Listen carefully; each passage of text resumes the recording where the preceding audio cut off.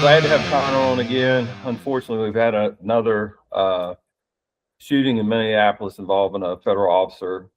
This one was the Border Patrol. So we're going to kind of walk through that. Connor, I'm glad to have you. Sorry it's under these circumstances. Again, it's never a positive thing when anyone loses their life, much less at the hands of a police officer. I'm going to just go into kind of like my view of it from a law enforcement standpoint. There's a lot of people that talk about a lot of different things. I think what's interesting to me is kind of the people that have come together on this one. A lot of the Second Amendment. You want to give a quick background just on the off chance someone doesn't know what we're talking about? All right. Yeah. So we'll go into the background. The other night during a border or a operation for a illegal, they were going to pick up, had some significant charges. They go to pick them up. Mr. If I pronounce it wrong, I think it's Pretti, isn't it? Pretti or Pretti, yeah. Pretti. Anyway, Alex, you can call him Alex. First name. So Alex was filming. You hear a lot of whistles. You hear a lot of other things going on. At some point, the agents directed their attention towards him, and I think it was him and two other people, if I'm not mistaken.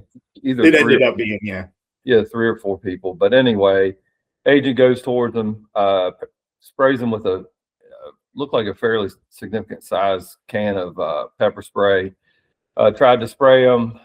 There was a scramble, I guess, for lack of a better word. He ends up on the ground with the agents trying to get control of him, and at some point, a gun was produced. Depending on who you talk to, and the video, a gun was produced at some point. I believe the video shows actually a federal agent was actually the one that took that off his person. Correct. Right about the same time, you hear the agent, I think, that engaged them, or one of the other agents yelled gun, and Mr. Pretti was subsequently shot and died on scene. So that's kind of what happened. I think from my standpoint, from a law enforcement standpoint, having been in those encounters, what I would tell people is think about a physical altercation. If you've never been in one, it's not as clean as you think it is, and there's a lot of things that happen during those altercations. I think we're quick to judge people on. We have professional, like what I compare it to is we have professional athletes that are trained to do a number of different things. We have instant replay that plays it back, and even with all that professionalism and what they see, there are times where you can't make a determination as to what the camera actually shows as far as timing and everything else. Because I think one of the things that really helped us with the Renee Good section, the shooting, was that you had it from the officer's perspective. I have not seen any videos that show it from any of the officers involved's perspective. I think that does matter. I think what they perceived has a lot to do with it. So what I would say is, from my standpoint, from a law enforcement standpoint, just what the code says, you have. I feel like we want to talk about what the agents did, but what we forget is what brought them to that situation. And like from my standpoint, what brought them to that situation is you have somebody that is actively engaging with. I read something today that they actually had a running. I don't know what way to look at it, but basically they had a group of people that was doing nothing, which this gentleman was a part of, but following ICE agents, and they're telling them where the ICE agents are. They're putting out what the agents are driving, all these different things, so making their jobs more difficult. And in the course of all that, like I said, I feel like what's missing this is you have a gentleman that made the decision to go to a protest armed. And I'm just going to tell it from my standpoint, having worked in an undercover capacity, in a plainclothes capacity. There's one of the first things that they tell us as police officers are when someone shows up on scene that is in uniform, you will take the commands that they give you because it's an excited situation. There's already been a violent encounter. You are in the middle of it. They don't have context. So even for us working in law enforcement in an undercover capacity, or even in a capacity where we're in plain clothes, we still defer to people in uniform. And I think that's what's missed in this whole situation is people. I understand. I think when we talked about it, I feel like this gentleman had a lot of different choices. The first choice that I feel like he made that was a bad decision, obviously, is to participate in something that interrupts a law enforcement activity. You can disagree with the activity, but going and following agents around. I saw a meme. It wasn't like. I think about it in the same way, and that is you have all these signs posted around the national parks. Don't mess with the bison.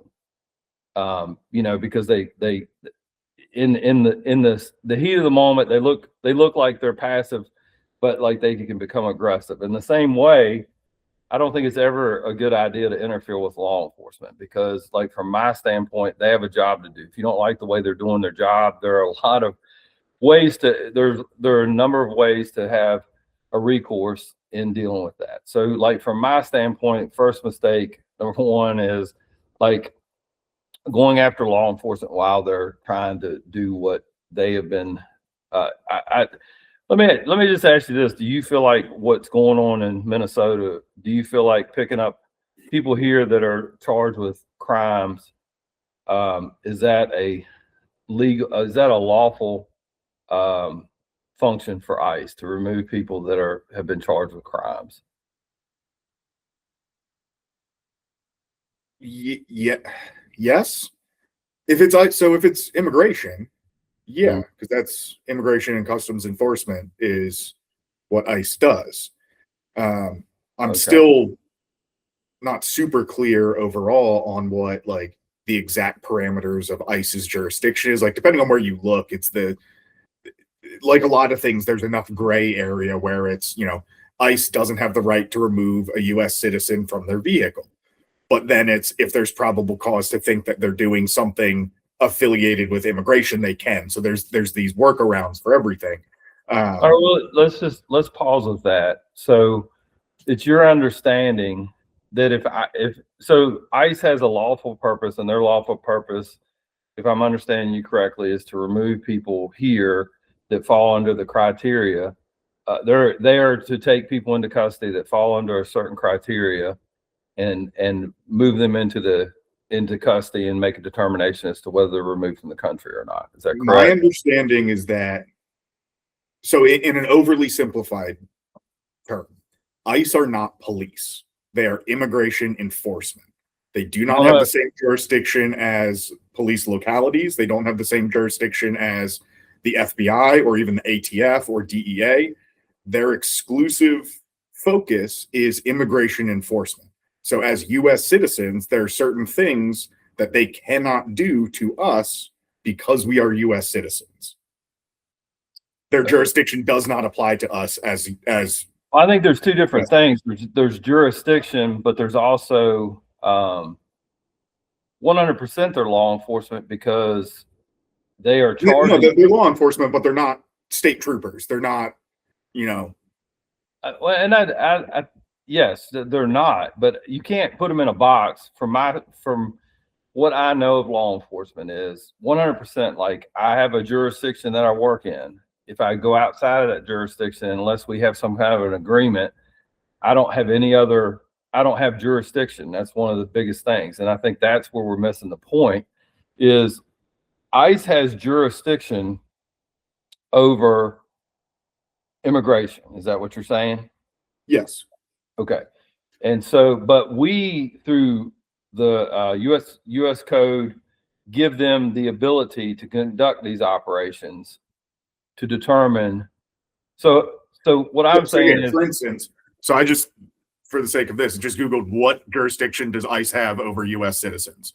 And the real quick AI overview on Google or whatever is ICE generally has no jurisdiction to detain or deport U.S. citizens for civil immigration violations, as their authority is limited to non-citizens. However, ICE agents can briefly stop or detain citizens if they have reasonable suspicion of a crime, or if the citizen interferes with an arrest, assaults an officer, or if citizenship cannot be immediately verified. All right, so let's just take that video, the first half. Whatever the ICE agent did, we don't know what he said. We don't know if he said, hey, you're under arrest or anything else. What we do know is that there was an interaction between him. Do you feel like, based on what you've seen with the video, do you feel like he was avoiding being detained? The individual? The gentleman that got shot. Was he resisting what they were trying to do? No. Okay. So let me ask you this. Like, let's talk about. I also think ICE had no justification to detain him in the first place. Read the second half of what that says. It says, or obstruct. It says they have reasonable suspicion of a crime, or if the citizen interferes with an arrest, assaults an officer, or a citizen cannot immediately citizenship cannot be immediately verified. So I know the point. The line you're going to pull is if a citizen interferes with an arrest. This individual was not interfering with an arrest, and ICE even put out their own memo. We don't know if he's interfering in an arrest, because what we're saying, what the code says, my understanding of federal code is he is interfering. Like, I understand we have the goal of ICE is to go out and arrest people that are here illegally.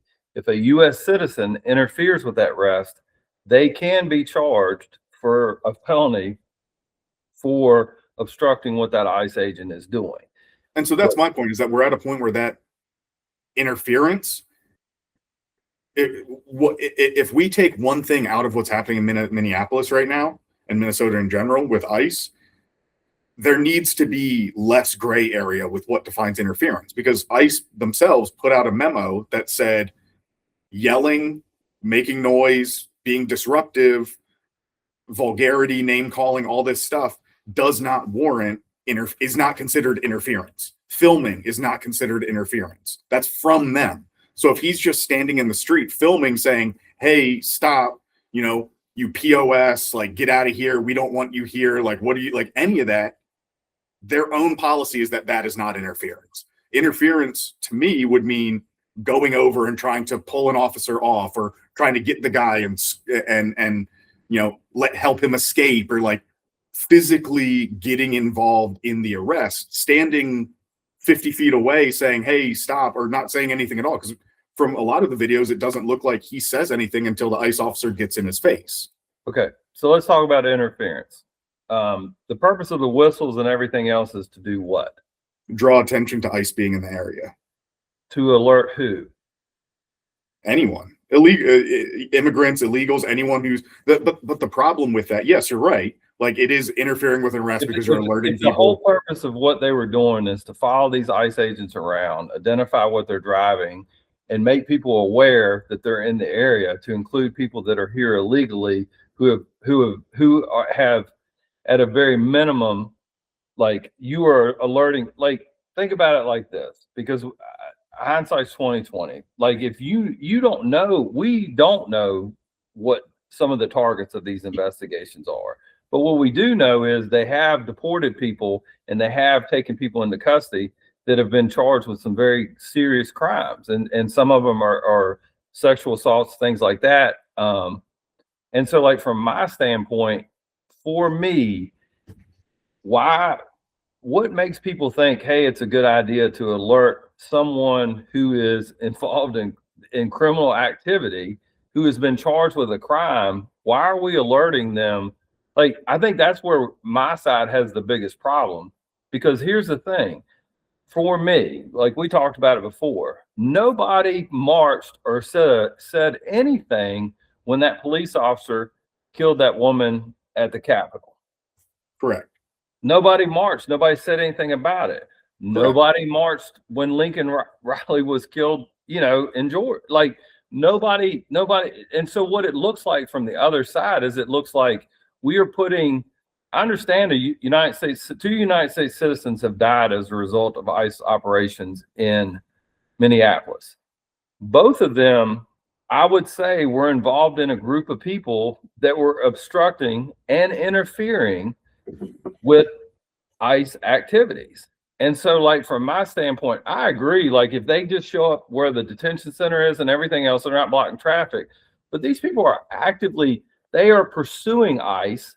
They are trying to determine where they're going. And when they get where they're going, they're making all this noise and doing all these things, not just to antagonize the officers, but also to make them aware. So if you want to go and yell and scream and everything else, like, that's one thing. But one of the things that I want to point out is that ICE agent didn't, or whoever with Border Patrol or whatever else, the first person that made contact with the three of them, they were in the street. 100% were in the street. That's why they got pushed. If you look, they went over a snowbank, which would have been off of the road. That would have been right at the corner of the roadway. So, like, from my standpoint, I think that's the problem. For me, the problem is you are injecting people who do not have the training or anything else into a situation, making a situation worse, and then complaining about the outcome. Every single person has a choice, and the choice. Who doesn't have the training? Your observers that are getting the observers. Like, you think that, and I think that's the problem is we give people this false sense of like, hey, you have the right to do this. You do. You have a lot of rights. Unfortunately, when you are in that situation, it's not the time to, like, that is not the time for you to exercise those rights, because it's not. I think people have put this thing of like they're protesting. No, they're interfering. But hold on. So rights are only situational. I'm not saying rights aren't situational. I mean, you said that's not the time to exercise your rights. Clearly, it is not your right to interfere with the government. It isn't 100%, because you wanted to say, I feel like people on your side wanted to say, how dare they interfere with the certification of, so the function of government. They could have done it another day. They could have done a lot of things on January 6th and just decided to do it. But we decided, which I don't disagree with, like, okay, on this date, we are going to certify that the election results. That's a function of government. Another function of government is to stand as an enforcement arm of the executive branch, and that's what these guys are doing. And like, you have untrained people out there standing in the middle of the road, chasing ICE around, doing all these different things, and it's not a simple like a protest. It is interfering. So, like, and I think that's what people lose in the whole conversation is there are several decisions. Like, if you want to talk about like, hey, I think ICE needs to change their tactics, they need to do this. That's one thing, but we can't come in here and say like, hey, they weren't interfering, when absolutely, when you're part of a group, if you're part of a group chat and they're going like, hey, the ICE agents are here, let's hurry up over here. They're in the midst of an operation. You show up on scene and you create chaos. That is interference, 100%. And so, like, you don't have the right. That is not a right. The right, we have to, and that's one of the things I think people forget is, like, in a democracy, there are still rules. Your right to free speech can make me mad and everything else, but like at some point, like, I have to acknowledge, like, you do have the right to say that. Where the problem comes is that both of us think we have the same right. And at some point, somebody has to referee like what that right looks like. And what we have is we have the Constitution to go by and all these other supporting documents. And like, from my standpoint, one of the biggest problems we're having in Minnesota is people are getting a mixed message. You have local leaders that are saying, ICE, this is an invasion, this is this is that, and you have the right to do this. You don't have the right to obstruct. You don't have the right to interfere. The reason you have the right to observe.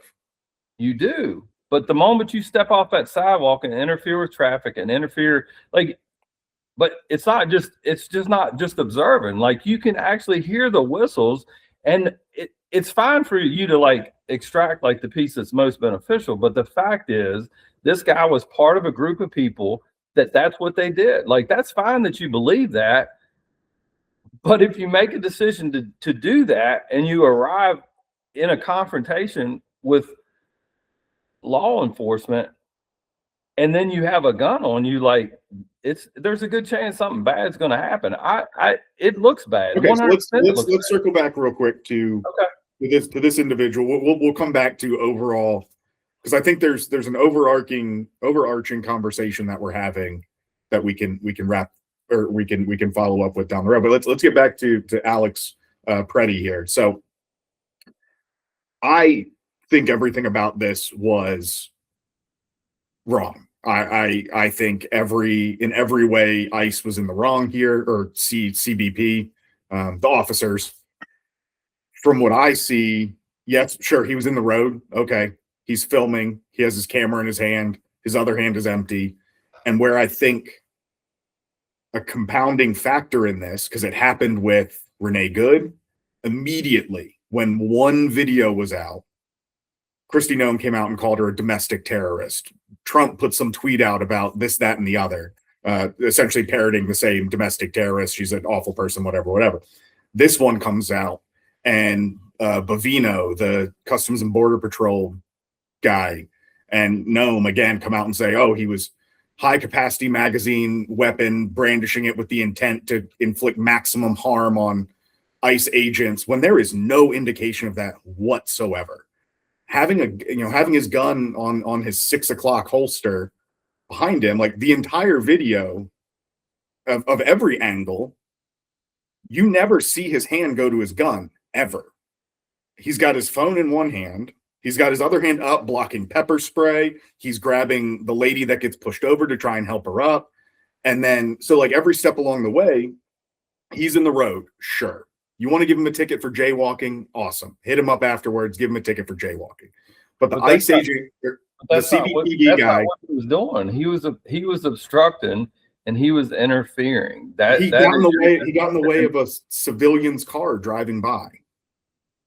You don't get to pick and choose like how it's applied. The fact is he is interfering, like based on what our earlier conversation was, which is law enforcement has a function.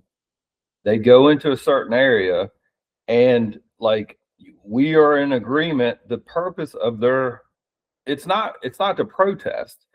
It is to interfere. It is to alert people that they do not feel like should be removed from this country, or by people they don't feel like belong in their city, and they are doing everything they can to track these guys and figure out where they're going and interfere.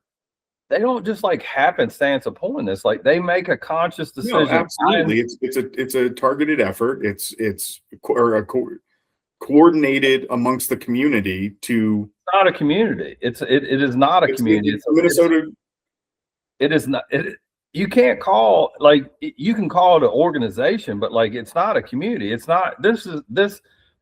I think that's one of the things is like we use words of like this community. No, it's a group of people who have decided that ICE doesn't belong here, and we are going to do everything we can to interfere with what they're doing. It's not like I just think that like what it is that they are trying to bully their way like they did during the George Floyd riots.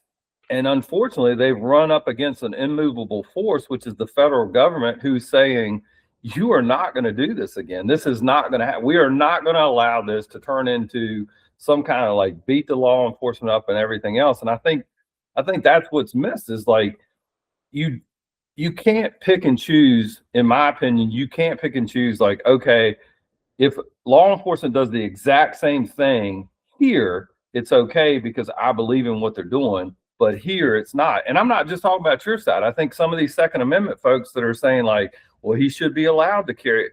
No, that's a dumb decision. Why would I be surprised? Like, honestly, like if I go into the woods without blaze orange, dressed like a deer, and somebody shoots me, like what does that tell me? Like that was a bad life decision on my part, you know? Like it tells you make a pretty good deer. I don't. But what I'm saying is like you. That's what people I think continue to forget is like they want to just grab like, okay, well, the video showed this. Well, guess what? Like, you do things, we all react to things differently. And I think if you put yourself in a stressful situation, you might think you're going to react a certain way, but it's totally different when you're in the midst of it. So we want to break down. Like, this is to me, we are at the precipice of something happening. Either stuff's going to get worse, or cooler heads are going to prevail. And I genuinely believe right now, the smartest thing to do for this whole situation, and this is not me from the left saying, the protesters win, down with the government or whatever. This is me saying the smartest thing for the safety of everyone, in my opinion, would be for the federal government to pull ICE and Customs and Border Patrol out of Minneapolis for a brief period of time, at minimum, for everyone to catch their breath, take a second to de-escalate things. Because at the end of the day, if you're looking at to de-escalate a situation, if I were to invite you over, or if I were to come over to your house and we're having this conversation, you get upset and you start calling me names and throwing stuff, and I stay put, I'm in your space. And if I stay and I keep antagonizing you and things escalate, I am the one that has the ability to leave the house. That's not my home. I don't live there. I can separate myself from that position. These Minnesotans live in Minneapolis. They can't leave Minneapolis. ICE can leave Minneapolis. And so in this situation, for the safety of the ICE agents, for the safety of the community, and for the peace of mind, for everyone to just take a breath, I think the smart move would be to take a step back. Okay. So a couple things. First is, I agree with initially, like, this is their city. It's not their neighborhood. They're going into they are actively putting themselves in the middle of an operation. So like, but some of those people, it is their neighborhood.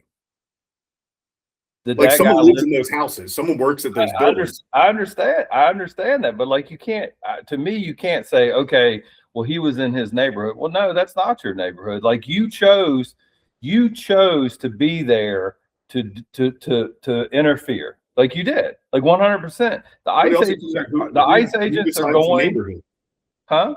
Who decides the neighborhood? Like, am I only allowed to be aware of what's on my street, or am I only allowed to be aware of what's on this half of Winchester? Like, you know what I mean? Like, just but what you're saying, like, for me, I struggle with, you're saying, like, using your analogy of, like, I have a choice to leave. Well, these agents don't have a choice. What they're doing is they're following the instructions of their leadership, and leadership. That's what I mean, though, is they can be removed. The citizens that live in Minneapolis can't, because that's where their house is. That's where their job is. So, like, Reno and Nome can pull them back, stage them in, I don't know, another town in Minnesota that I only know 2 towns in Minnesota. It's like St. Paul and Minneapolis.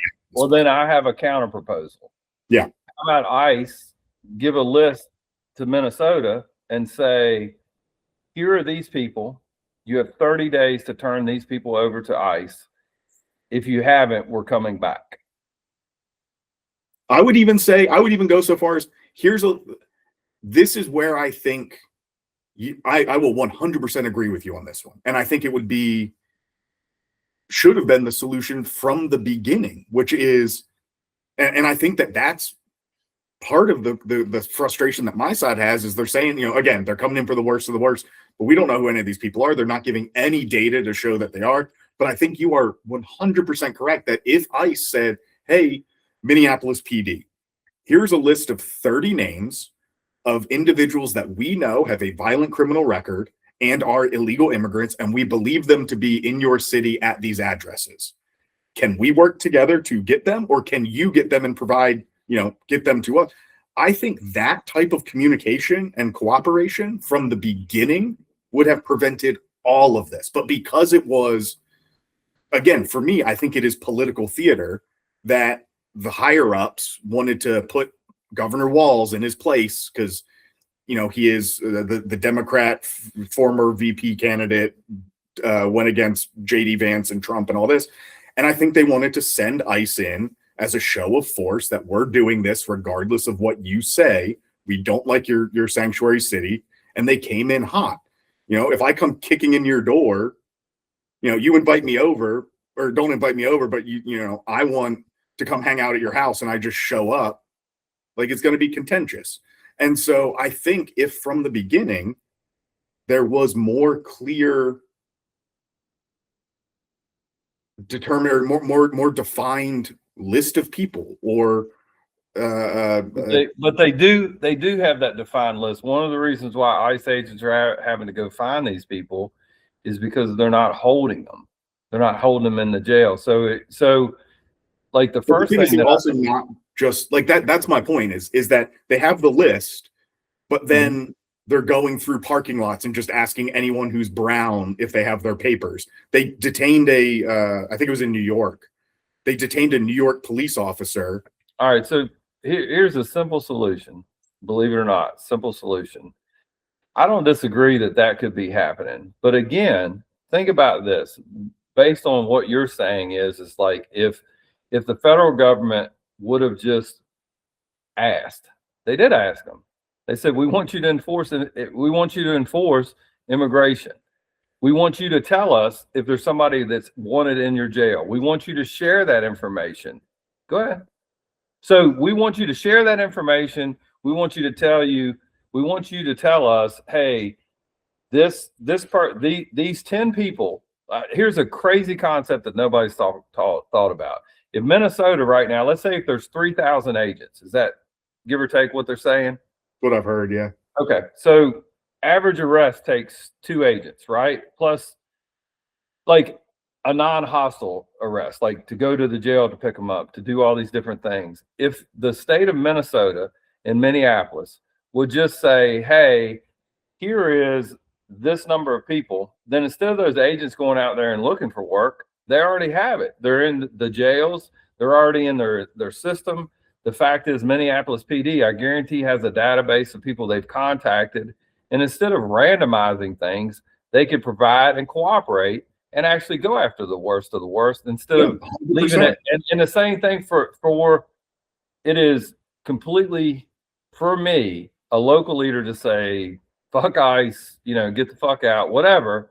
Like, to me, what that does is that creates conflict. And so, like, from my standpoint, you know, it would be a lot better, but they won't do it because, like, they didn't do it when all that rioting was held with George Floyd. Like, they just let them run, just like they did in Portland. Here's the issue. The issue is local law enforcement is best suited to do local law enforcement. So, like, they have the initial contact. That's the whole concept of law enforcement is local agencies are contacted with the community. They have a closer bond with them and everything else in most cases. And so, like, how much better would it have been if the Minneapolis Police Department would have gone out there and provided the perimeter for the ICE agents, be a partner with? But that's the problem, is they don't want to be a partner with. What they want to do is they want to piss and moan about, like, well, the federal government's doing this, just ignore what we're doing. Funny thing, and this is what, like, this is my wild card, is I want to read something to you. I know we talked about it earlier, but, like, from my standpoint, one of the things that I think is the most interesting, and I used your information from it. I just want you to, because the Second Amendment, the whole thing about the Second Amendment, we've got people on the Second Amendment side, they're like, this guy had every right, he had this, he had this. But again, that's education from a standpoint of, yes, you have a right to do that. Just like I have a right to work in a capacity. But I also realize, like, hey, I don't look official. So, like, when somebody official shows up, I defer to them. One of the things I will say about this kid is, well, he's 30 some years old, but kid is, like, he had an opportunity to just stay with that lady, but he didn't. He went back after the agent. But I digressed. It goes back to what we're talking about as far as making a good life decision.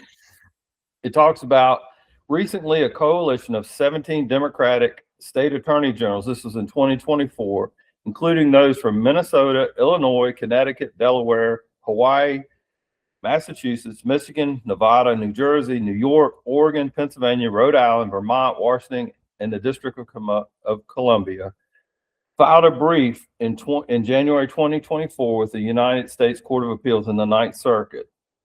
The brief argued in support of state authority to restrict or prohibit concealed carry of firearms at events involving political speech, such as political rallies, protests, and demonstrations. So it's really hard for the Attorney General in Minnesota to say, well, he's exercising his rights. No, you filed a brief in 2024 saying he shouldn't have had a concealed weapon. So, like, but saying that something should be changed, but he's saying he exercised his rights because he had his right. That brief wasn't enacted. That brief wasn't made a law or made an adjustment or an amendment. It was, that would be like me saying, like, you're saying, hey, we should, when we go on our next trip, we should try and eat better and not stop at McDonald's. And I'm like, oh, I want McDonald's. So you get a cheeseburger. I go, oh, no. You can't eat a cheeseburger because you said you didn't want to eat at McDonald's. It's like, well, we're here and I didn't agree to it. So I'm not saying the idea. What I'm saying is it is extremely hypocritical for the Attorney General from Minnesota to file a brief saying we think we should prohibit these items, and then act all shocked that somebody. So, like, to me, he's just proven the point. He felt like it was important enough to take away, like you said, a right to carry, Second Amendment right? Mm-hmm. He's legally allowed. He has legal ownership of a concealed weapon. But what they're saying is these type of events are not the places to carry a firearm. So they tried to do something proactive and prohibit it. So how is it that if we prohibit them, that because I am of the opinion that, like, that Kyle Rittenhouse kid that, part of it, was that in Minnesota or where was it? I can't even remember. That was Illinois. Okay. But either way, I'm glad you brought him up because I was going to say, like, we want to talk about. Yeah, I mean, like, from my standpoint, like, that was a poor life decision. Like, it worked out for him, didn't work out for the other person. But, like, so that's the thing. So, like, that's where, if we're talking about, like, the hypocrisy of things, and I get your point of a group of AGs being like, hey, we should limit that, don't bring guns to these certain types of events that can become contentious. I don't disagree with that idea. I think it has good value. It has good principle behind it. But it's that aspect too of, if we're going to look at the hypocrisy of things, you have everyone, I'm seeing it, people from the right going, this guy shouldn't have had a gun. If he hadn't brought a gun, it wouldn't be an issue, this, that, and the other. Meanwhile, 2-3 years ago, Kyle Rittenhouse was the hero of the right and 2A, being brought on every news program, every talk show, did a whole, like, essentially what seemed to be just like around the country tour, because he had his mom take him out of his house, drive him to a different location with an AR-15 to show up at a protest of people that he was not on the same side as. And then he ended up shooting 3 people. And he's the hero of Fox News and whatnot back then. Like, I remember, where we worked, it was on every TV every day for a while. I saw him in multiple interviews. And now this guy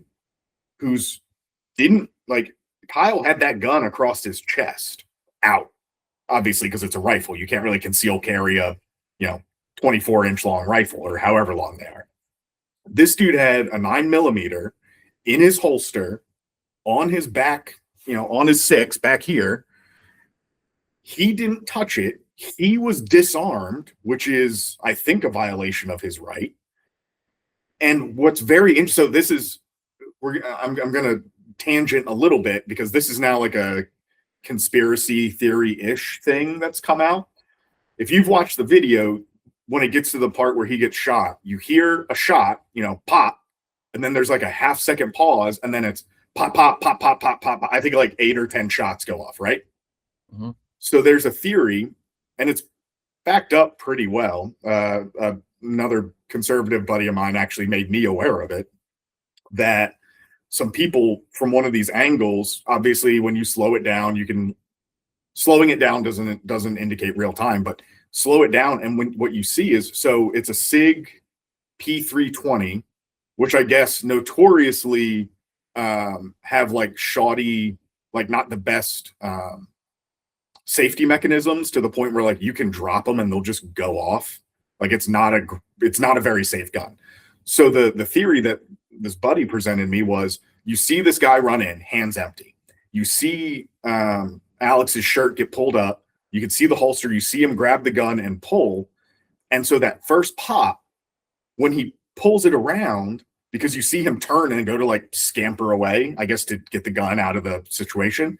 But you see his hand, from my opinion, he is not having good trigger safety control, whatever it's called. Like his fingers are all over the trigger.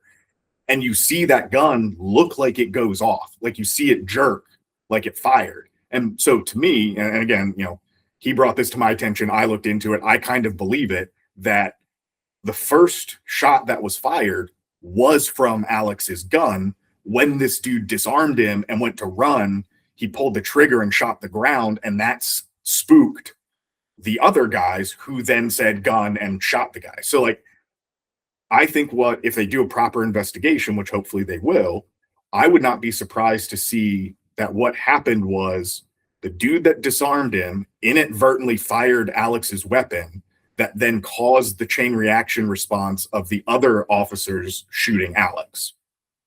So let me ask you this, based on that information, is the agent that pulled the trigger in response to that gun going off, is he responsible? No. So who is ultimately the agent that disarmed him improperly and inadvertently pulled the trigger? He would be the catalyst for the death of this individual. So we can also debate on, was 10 shots enough once the dude, excuse me. Well, I think the thing to look at is that I think this was bad across the board, like just period. Well, but again, one of the things that I think law enforcement does not do a good job with is prevention. Like I think we are slow to change how we do things. I think we if you look at the way law enforcement is done, we've introduced a lot of technology, but we still do things basically the same way. Which is just our presence and all that. And like, don't get me started about prevention. Like, well, a mass shooting happens, 200 officers show up, but they won't assign 1 or 2 officers in an area to do prevention type work. They just won't do it, you know? And so, you know, obviously I have a problem with that from my standpoint, but from one of the other things is, in situations like that, I think it's really easy to blame people who react. And so I think we agree that they're based on what you just said, which I've heard the same thing, and that it does make more sense that, like, you hear that first pop, and that is when you hear the word gun. You don't hear gun until you hear that first pop. So I think you likely are onto something. I can't say with 100. I don't think anybody can. I mean, I'm not saying with 100. But again, I think one of the problems with cameras is it does not allow the perspective of the officers, because that's one of the things that they do in a violent encounter is you've got physical evidence, which obviously in this case is going to be the individual that was shot, the firearms that were used by the agents that pulled the trigger, all video and everything else. And like, but you also have each one of those officers having to do a report on, like, well, why did you do this? Why did you do that? Like, I want you to articulate. And I'm 100% sure every one of those agents was trying to gain, like, if you look at it, they're trying to gain control. A lot of times what happens in those pig piles is you're almost working against each other, because and again, like, you have all these other things that are going on. You know, you got these whistles going on. You got that you're worried about somebody coming in. And so I think that's one of the problems. One of the problems is that we say, hey, we're gonna increase pressure in the pressure cooker on these agents, and then we're gonna act like we're surprised when they react to something that any one of us with training would react to. I hear a gunshot, I see them struggling. Yeah, it probably is going to happen. So, sure, but my question to that exact point, if I may, is why then, ICE is in this community or this city. Mm-hmm. The people there are unhappy. They don't want them there. We can agree or disagree on their reasonings or this, that, and the other. But why are we now in a position where we are holding untrained, emotional civilians to a higher level of standard and expectation than we are trained federal agents who have passed all these qualifications with firearms, passed all these training procedures, passed all this stuff to be where they are, hopefully, and yet they're allowed to react emotionally or based on this, that, and the other. But if a civilian gets mad and gets in a cop's face, oh, well, he shouldn't have been there. Like, to me, that's where I think so much of the frustration from my side of things as a civilian is that we are seeing time and time again these videos.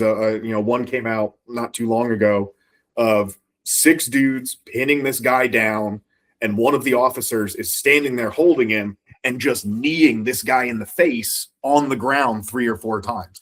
This video with Alex, he gets 5 or 6 or 7 dudes dogpiling him. He's hunched up in the fetal position. You've got the dude that pepper sprayed him now using the pepper spray can and smashing him in the head.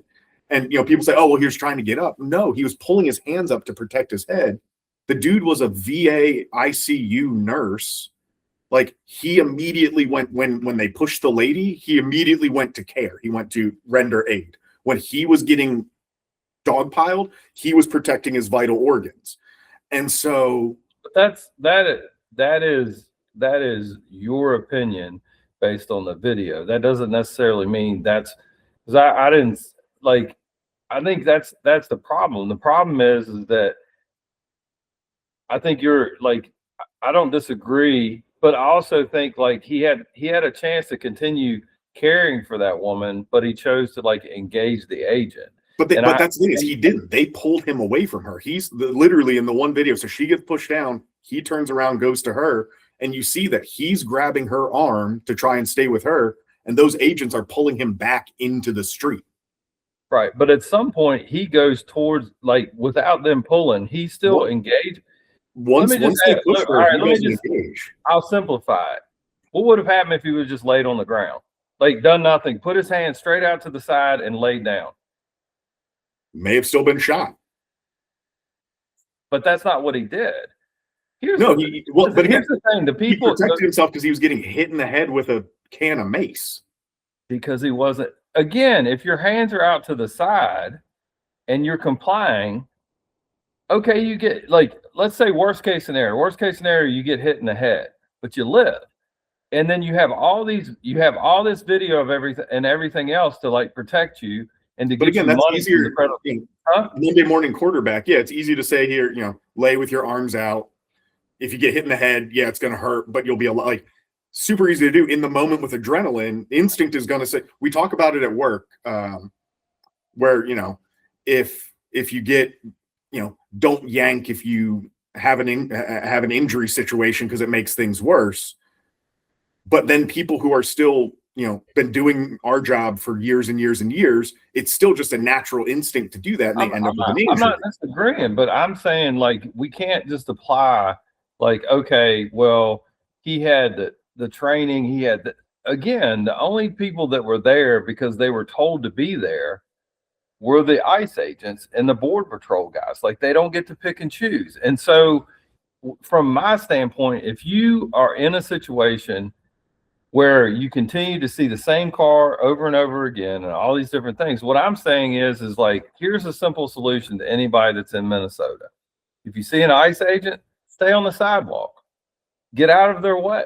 It is a simple solution, but that's the problem is people want to introduce themselves into a violent situation, which is arrest or have a tendency to be violent. People are throwing frozen water bottles at these agents and everything else. Why in the world would you, like, I agree with you 100%. Like, it's a horrible idea. Like, I don't think we should celebrate somebody that voluntarily goes into a hostile area, has to use their firearm. We shouldn't celebrate that. That was a dumb decision. His mom, dumb decision. Like, I would never send my kid like, hey, here's a rifle. Go over there and see what you can get into. Like it's ignorant. And in the same way, in my opinion, that's ignorant. That is not like that's not to be celebrated. I understand that he survived a violent incident.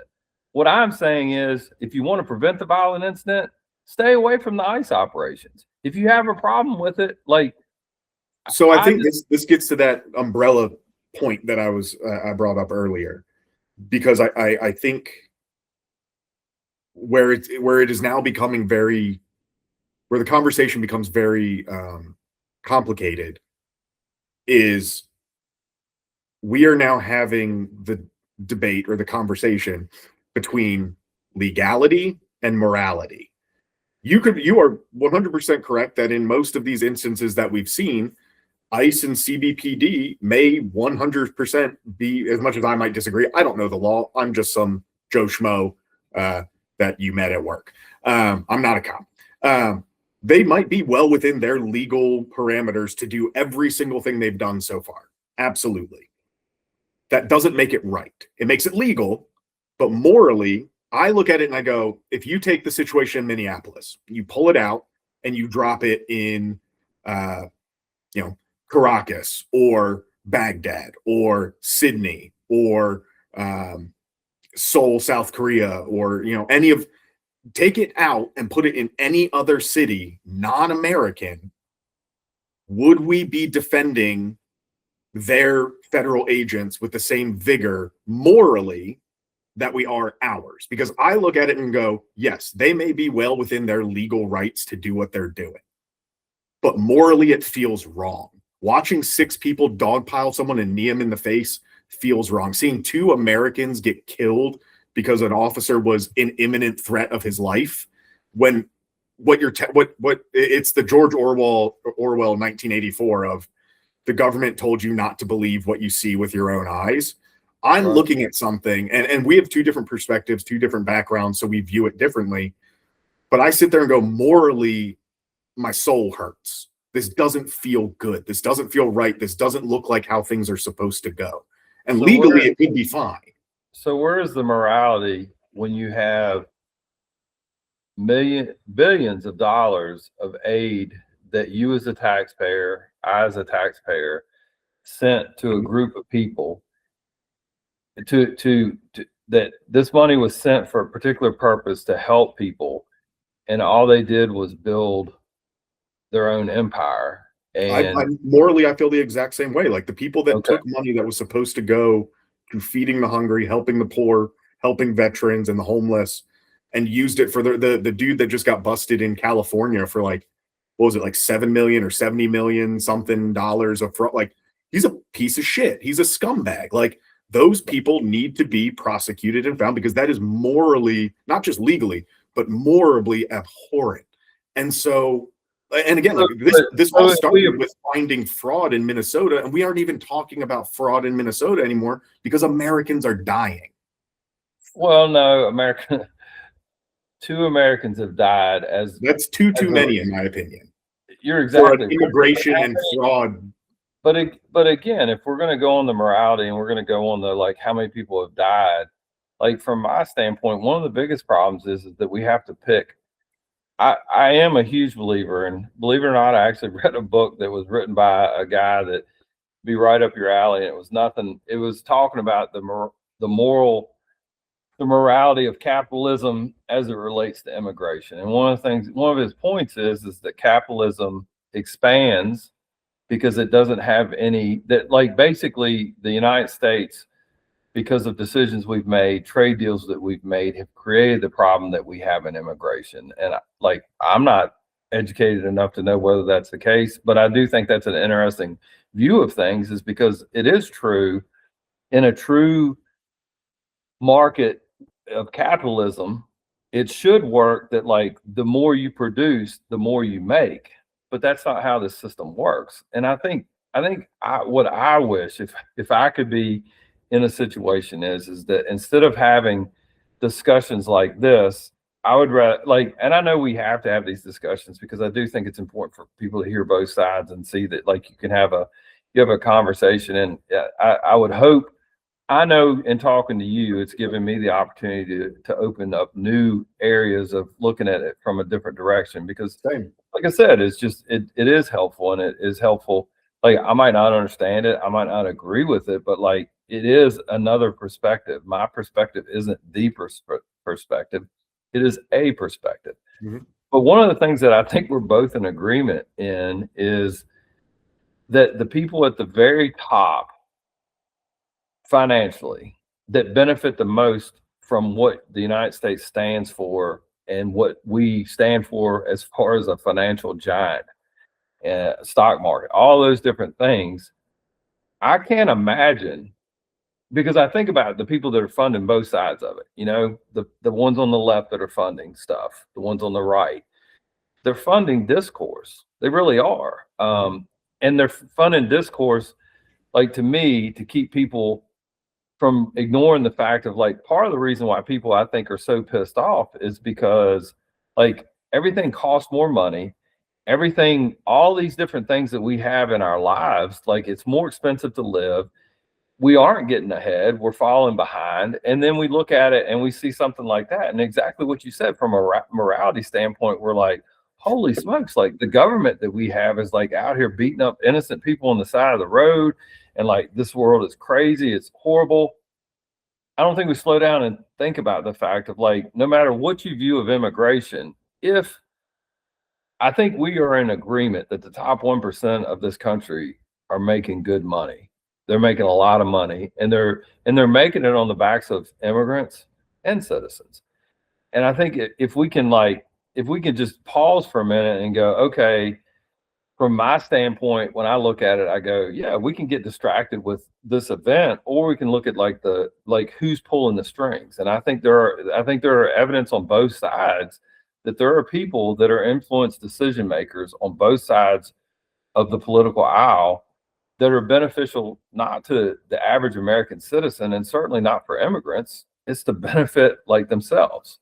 And so, Yeah. like, from my standpoint, I wish that people would take more time and go, this is, it's not a distraction. It's never a distraction when people lose their lives. But I think, like, what I would like to do, like, just what we talked about, like, I don't know.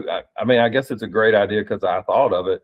I'm being sarcastic, but, like, I do think it would be amazing if these sanctuary cities say, President Trump, give us a list of your 100 worst of the worst, and let us prove good faith, and we will deliver these 100 people to you. Yeah. Like, and And I think that that's like the left of it is sticking with this idea of morality, is that, and what we started with this on episode 1 of us talking, which is like the belief of just helping people. So, like, to me, the morality when it comes to immigrant, show me the 1,000 worst of the worst that you want to get rid of. Morality, it is not the 25-year farmer who's supporting a family and has done nothing wrong. If you look at, healthcare, it's like the morality is, yes, we should be giving healthcare, free healthcare to every veteran for forever, whatever they need. Healthcare for the people that need it. It needs to be affordable. But the morality of that is, okay, then we need to do something about pharmacy and insurance companies that are, it is immoral to kick someone off because they have a genetic pre-existing condition that they don't have any control over, and insurance just doesn't want to pay for it. Like, that is immoral to me. And so that, I think, is so much of what the left comes at it from, is this standpoint of legally it might be fine. Financially, it might not be beneficial.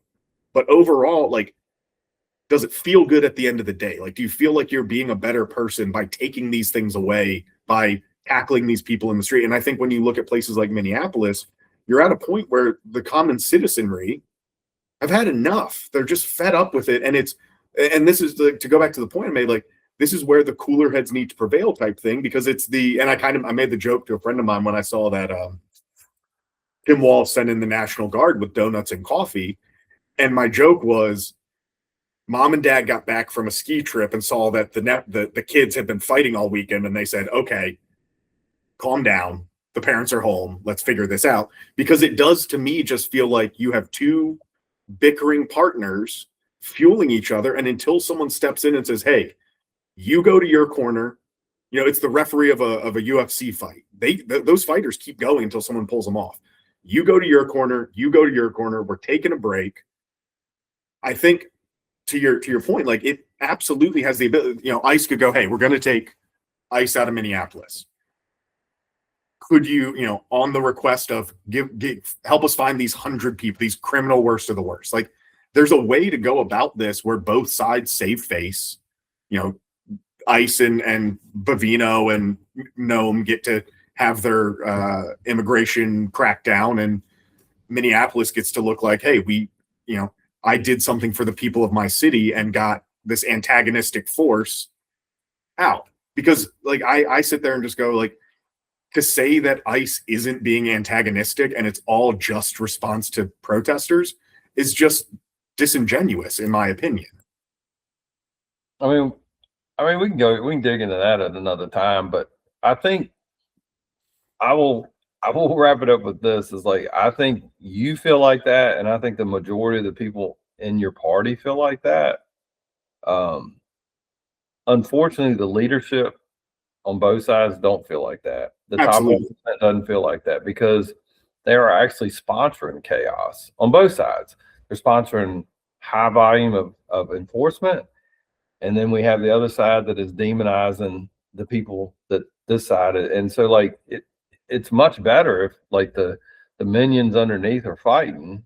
And I think that's the difference is that you have two really bad parents that are coming home, and they want to see them fight because they want to have a night off. And I think that's the problem. I think the problem is on both sides of the aisle, we have leadership that are more interested in padding their own pockets and making more money for themselves than they are of actually representing the people that they've been elected to represent.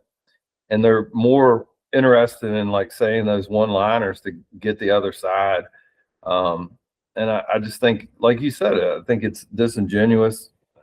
I know you're talking about my side, but I mean, it goes both ways. Yeah, I think it's disingenuous on both sides to try to act like, hey, we're trying to. No, you're not. Like, you're trying to keep the pot. There are definitely politicians and people on my side that are like, oh, we're doing this for the poor or whatever, like because they get the headline or whatever, and then behind closed doors, no, they vote the other way, or they do, because like people just don't look at how folks vote. Like the example I've used is like, you know, oh, the right is for the military, and then you look at how they have voted down bills that exclusively support veterans and whatnot.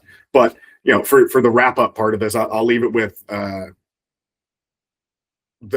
view of the people with one of the best movies of all time, Men in Black 1. Tommy Lee Jones saying, "A person is smart. People are dumb, panicky, dangerous animals, and you know it." And that's the thing. If the politicians can keep us in a dumb, panicky group, if the big players can keep us in a dumb, panicky group, we care more about what's going on around us, and we don't take the time to remember that each one of us is a person. Because individually, we are smart. 100%. I think that's where we as people are so easy to manipulate as a group.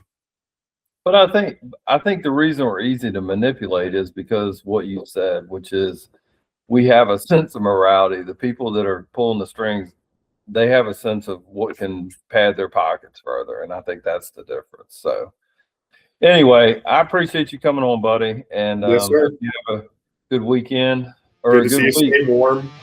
Stay warm. It's probably cold there too. So.